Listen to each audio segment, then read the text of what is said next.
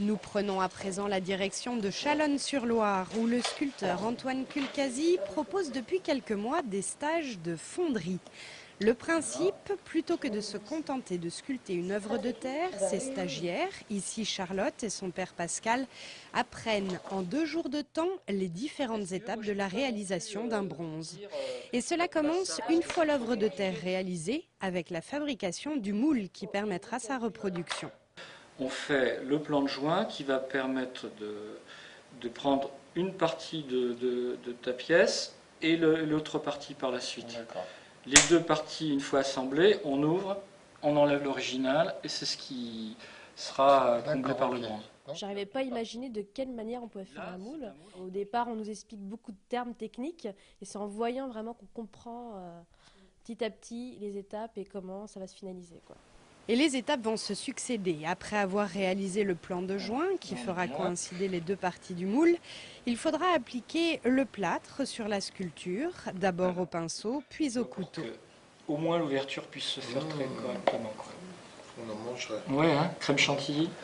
En 20 minutes, le plâtre va se solidifier. Il faudra alors y creuser des clés qui permettront aux deux pièces du moule de s'emboîter. Donc il y en a une là, il y en a une ici, on peut en mettre une là, éventuellement. Alors moi j'ai trouvé ça intéressant parce que ça me paraissait auparavant très abstrait. Un bronze, je ne voyais pas du tout comment ça pouvait être réalisé.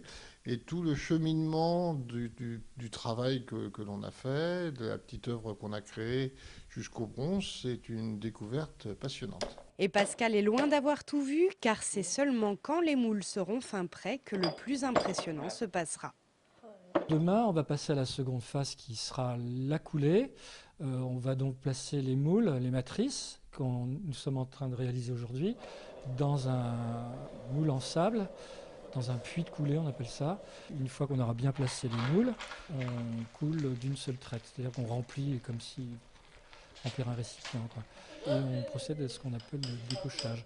C'est-à-dire qu'on casse le moule et la surprise sera ce qu'elle sera. Les sculptures de Charlotte et Pascal seront-elles fidèles aux originales? À suivre demain dans le 7 minutes.